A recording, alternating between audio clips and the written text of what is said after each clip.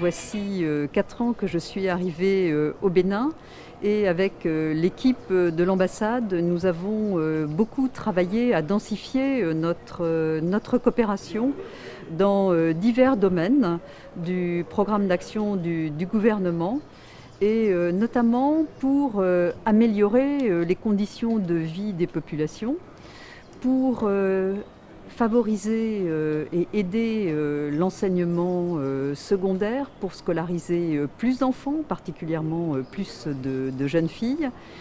La formation professionnelle était également une de nos priorités.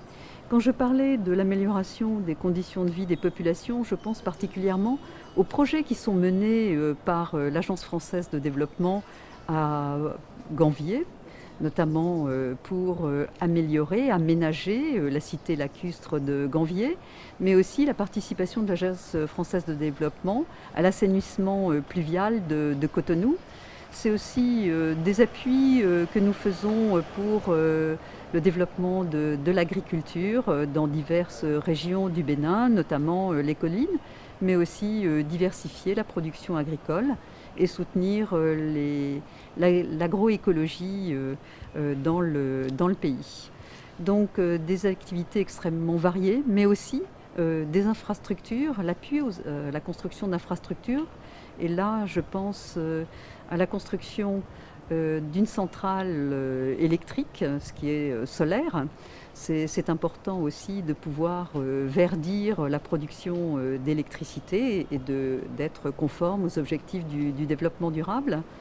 Donc cet aspect-là tenait à cœur aux autorités parce que sans énergie, c'est très difficile de conduire des activités industrielles ou même pour la population de bénéficier de bons réseaux électriques. Donc nous avons évoqué tous ces sujets, l'état d'avancement des projets que la France mène ici au Bénin.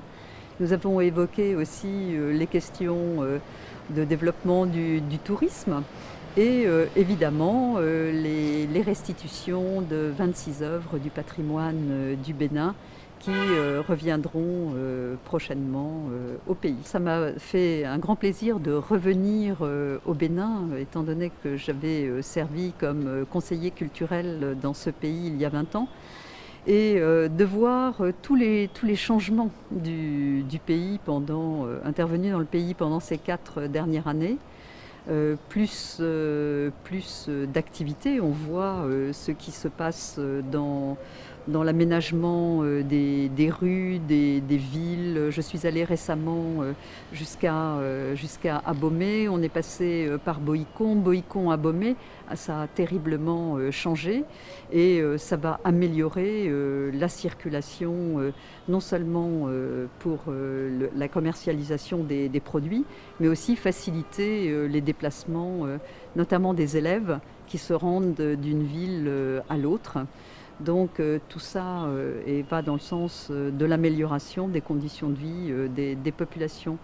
Peut-être un dernier point sur la jeunesse.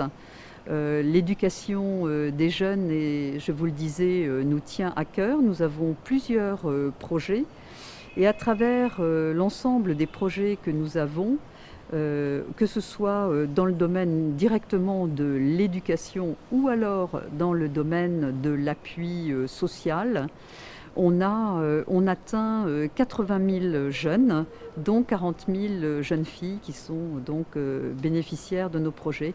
Et nous leur accordons toute notre attention, comme vous le voyez, parce que la jeunesse au Bénin, ce sont les Béninois de demain.